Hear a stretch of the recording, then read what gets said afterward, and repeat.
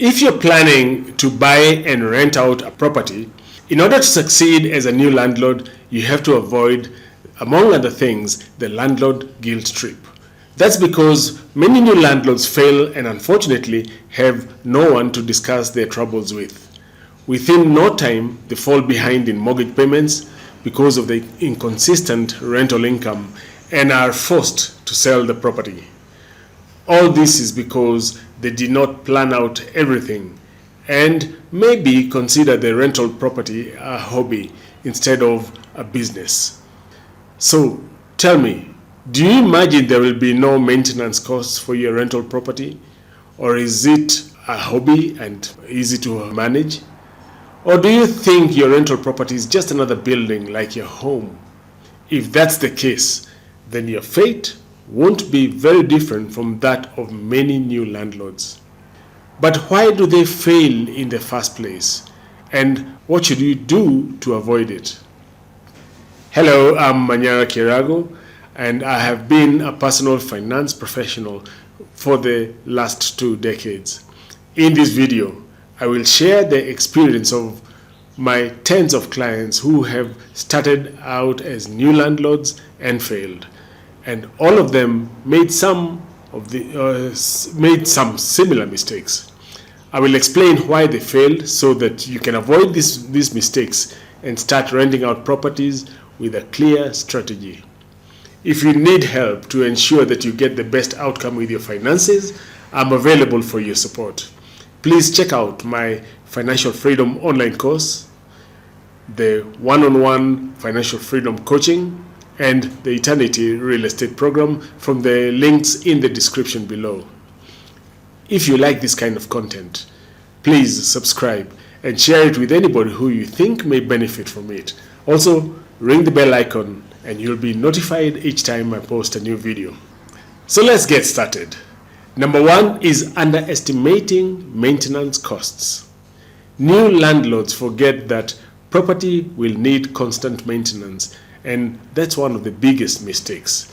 Many assume that once a tenant moves in, the rent will comfortably cover all the major expenses like the mortgage, property taxes, and insurance. However, what they often fail to realize is that maintaining a property comes with significant and often unexpected costs.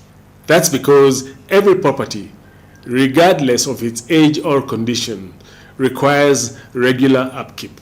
It's essential if you want your property to attract tenants.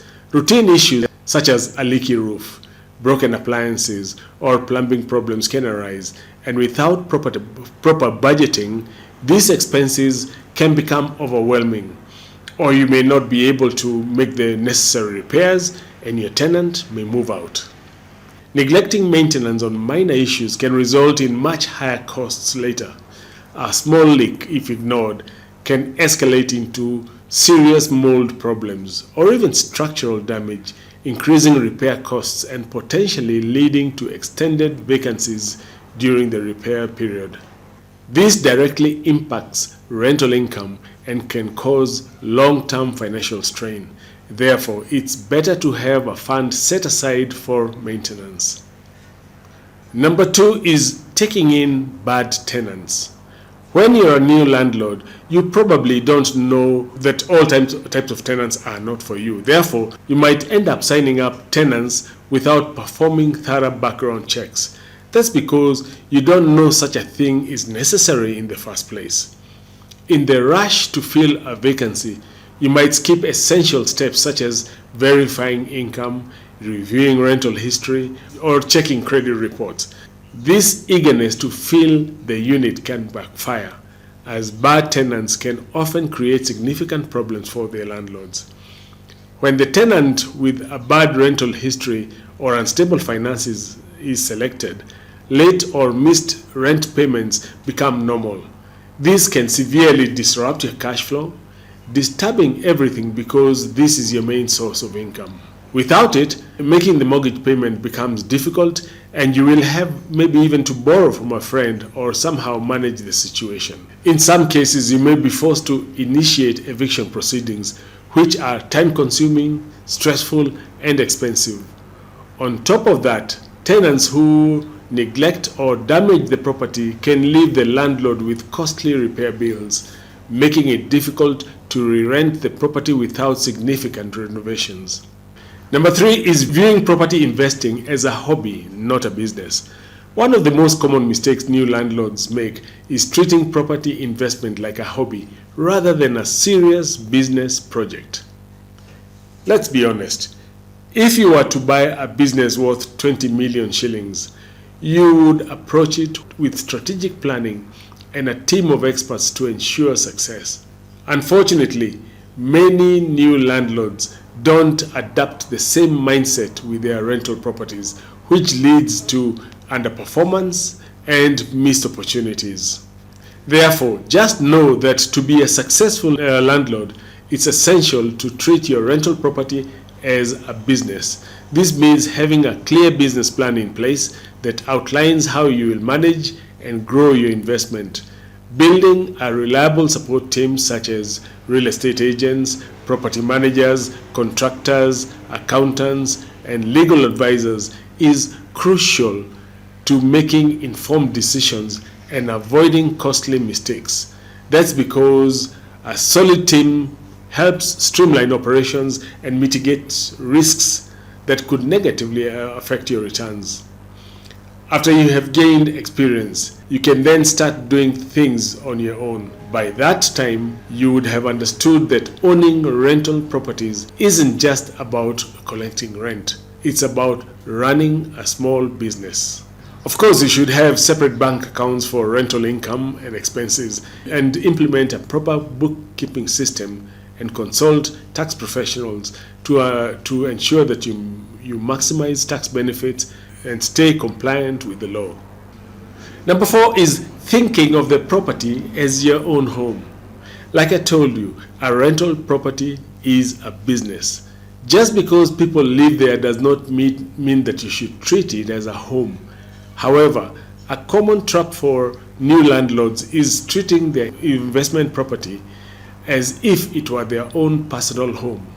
This mindset can cause landlords to overlook potentially profitable investments because they judge the property based on their own preferences rather than its appeal to tenants. For instance, somebody may pass on an apartment with limited parking, even if it's in a high demand area where most tenants rely on public transportation. That's because they think parking is important, ignoring the fact that most of the tenants in that area don't need parking spots.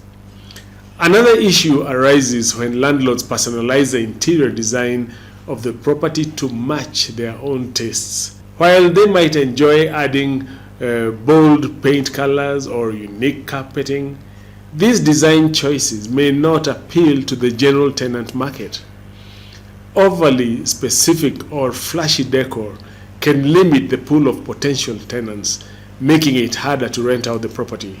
To attract the widest range of tenants, it's best to keep the design neutral, with finishes and colors that appeal to a broad tenant base. This ensures that the property remains desirable in the rental market and helps maintain its long-term value.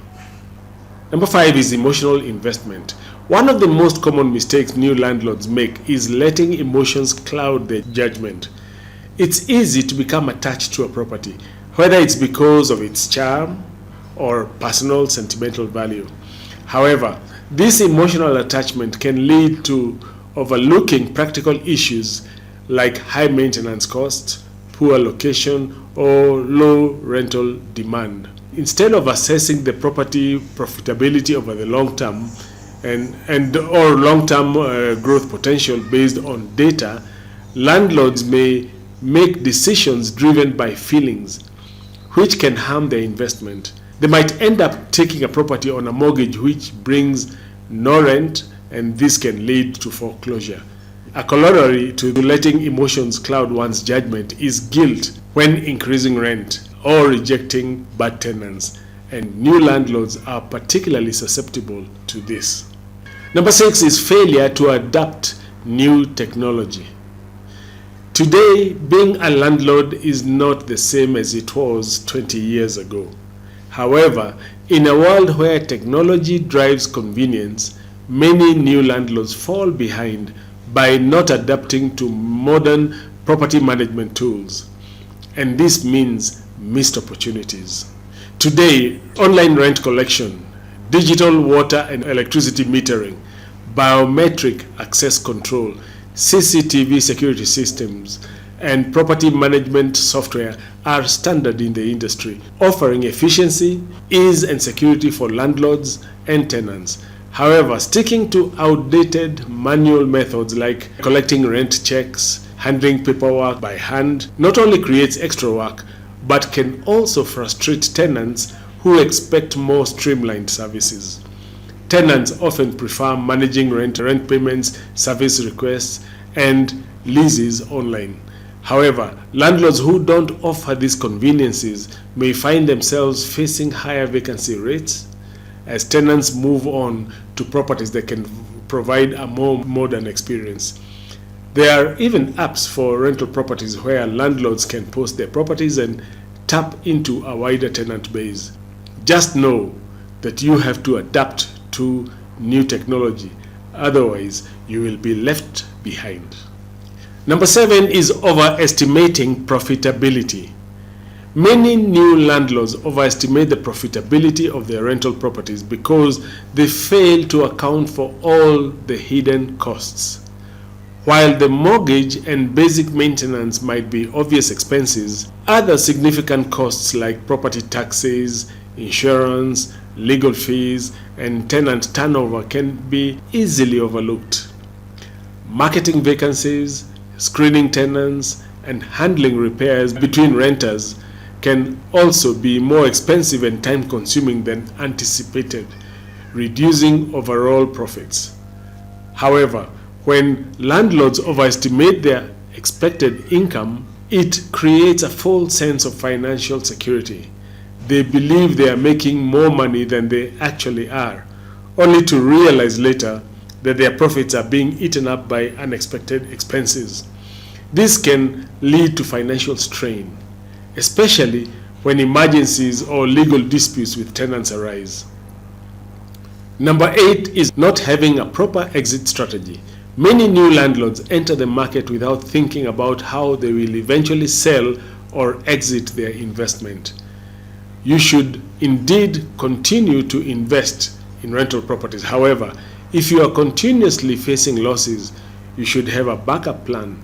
Without a well-defined plan, landlords may hold on to properties for too long or sell in unfavorable market conditions, potentially missing out on opportunities to reinvest or diversify. That's why a good exit strategy is essential, which should cover various factors including current market conditions, tax implications, and personal financial goals. For instance, a landlord should decide in advance whether they want to hold the property for the long term or sell it for a profit after a specific period.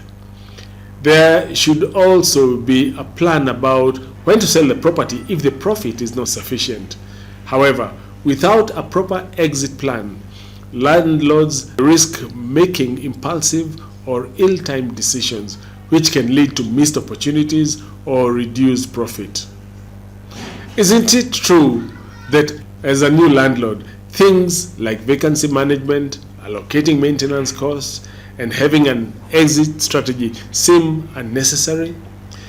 Do you also get the thought that you should not spend your time and energy calculating and planning things thoroughly and just start right away? In the comments section below, please share your thoughts on more common mistakes that new landlords make that lead to financial disasters. If you want to learn in more detail how you too can generate passive income through real estate investing so that you can finally gain financial freedom, then what you need to do is watch my free training. Please click the link in the description below to get immediate access to that training. And if you loved this video, please give it a like and subscribe to the channel for practical insights on financial freedom, personal finance, and financial literacy. Thank you for watching.